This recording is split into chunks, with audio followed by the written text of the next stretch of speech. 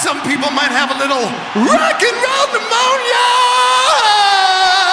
You wanted the best, you got the best from my home studio on Long Island, New York. Welcome to Ian Scotto Rocks. I am your host, Ian Scotto, and as you may have heard by now, Bon Jovi they have announced an intimate performance for June in Nashville.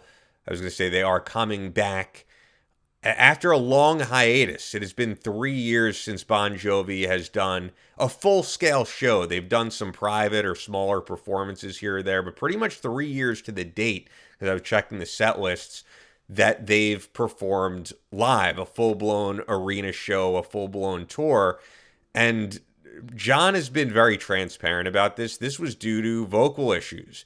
And quite honestly, vocal issues he's had for a number of years, for a long time now. You know, people will say the past few years. No, it's been a long time coming.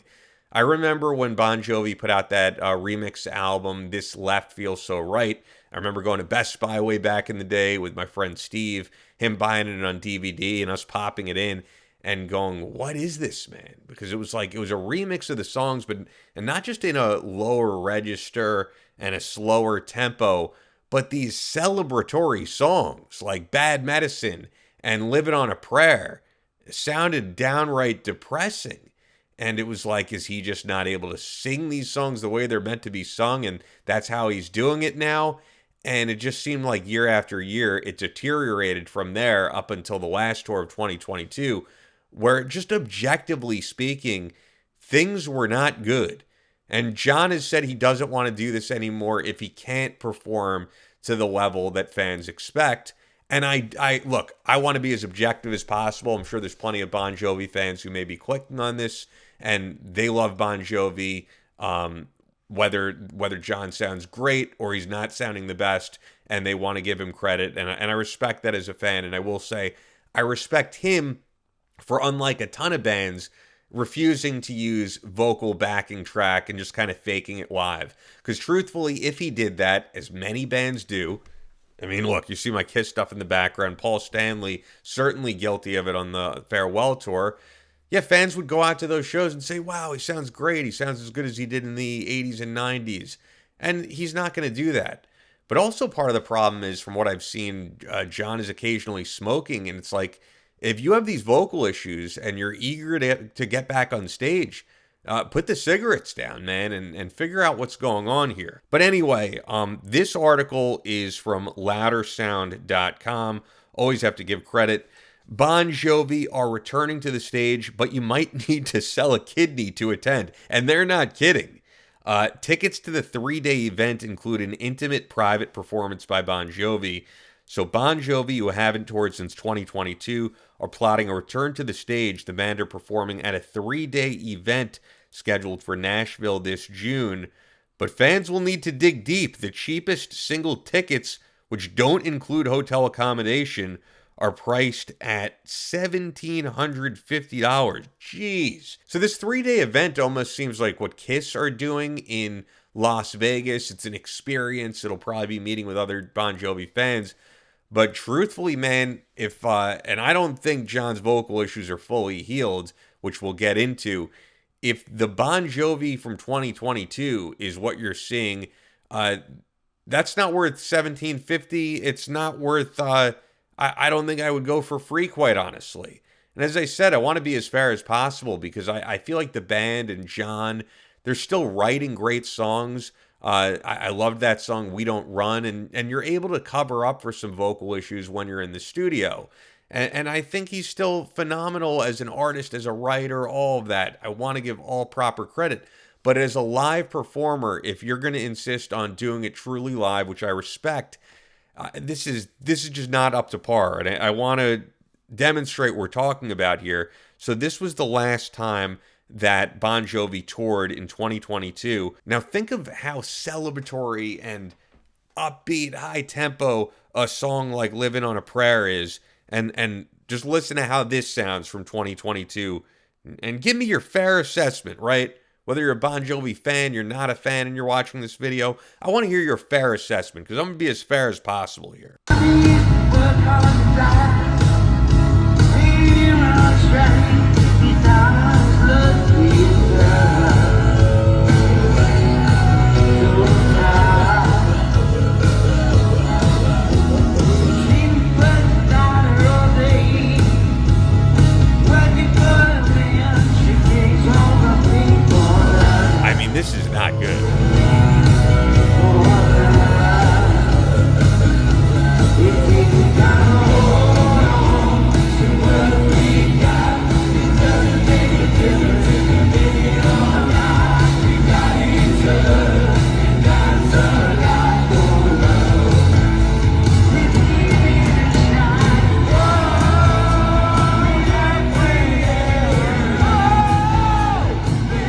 mean, it's weird. Even the crowd is kind of dead because the song just sounds, it doesn't sound in any way, it doesn't resemble the song that we all remember hearing in its prime and the excitement. And I feel like a performance of that level, the crowd would be on their feet loving it. Now, Jon has done some solo performances more recently. He did some stuff at the Kamala Harris campaign when Kamala Harris ran for president. And, you know, whatever your politics are aside, whether you're a Trump supporter, whether you voted for Kamala, let's just talk about performance solely. This is Jon on stage in North Carolina. So this is him 2 years after that, healing these vocal issues allegedly. And I'm going to let you guys be the judge. First of all, what is that acoustic guitar? I'm going to play this again because you know what it sounds like? It sounds like that song Bother by Stone Sour. I wish I was, right? You don't need to bother. This doesn't sound like Living on a Prayer. This sounds very depressing. You guys hear that?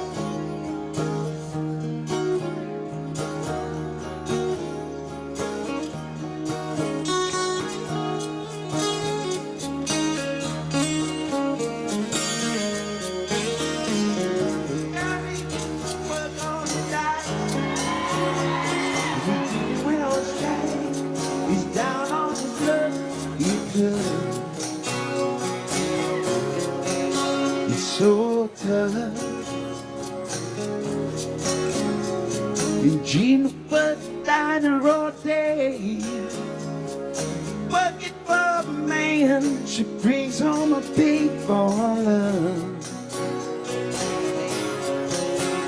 baller. You see, we gotta hold on to what we got. Doesn't make a difference if we make it or not. We got each other, that's a lot for love. We give it a shot and oh, if we fail. All right, so I'm going to say, being honest, I guess slightly better than the performance you saw 2 years ago. Once again, it has like this depressing tone to these songs, though, and it makes you wonder, why does Jon insist on getting back on the stage and doing this? The guy has to have millions and millions of dollars. I mean, when I drive through New Jersey, there's literally a Bon Jovi rest stop. If you have a rest stop, you got a ton of fucking money if they named a rest stop after you. I don't think there's like a Don Dokken rest stop in any state. You got to be like Bruce Springsteen, Billy Joel level of wealth to have your own rest stop named after you. So, you know, why does he insist? I guess is it the high of getting back up on stage? Because he could still definitely write songs. He could work with other artists. I'm sure Bon Jovi's still moving tons of merch. But yeah, why insist on getting back up on the stage if it's going to be a shadow of what you once were? I know there's like diehard Bon Jovi fans like Mitch LaFon, who often posts about this on X, saying, we need to get Richie Sambora and Jon back together and reunite and do a tour. And I think I've tweeted him before and said, like, Mitch, it's not going to sound like Bon Jovi 1986. It's not even going to be close. And look, there's a ton of bands that I see who are still doing it who sound incredible live from that era, who I talk about all the time. Winger, Sebastian Bach solo, even the other guys in Skid Row always have put on a good performance. Def Leppard, who's still doing it on the arena level. So of the guys in the arena level, I think Def Leppard is fantastic. But yeah, they're not playing to the caliber of what you think of when you think of Bon Jovi. And I just feel like at that point, I don't know, hang it up gracefully, unless he really has recovered his voice somehow and he's going to surprise us all and shut me up. But as I said, regardless, even if he sounded Bon Jovi era 1986, I am not paying $1,700 to see a concert. Let me know what you think in the comments below. We also have the merch store. If you haven't checked that out, that's in the description below. Badass t-shirts on Next Level Apparel shirts. The Ian Scotto Rocks coffee mug. Be sure to subscribe and like the video, and you can click right here for other great content from Ian Scotto Rocks. We do deep dives here on rock. We do rock news and rock commentary. And we're not stopping anytime soon.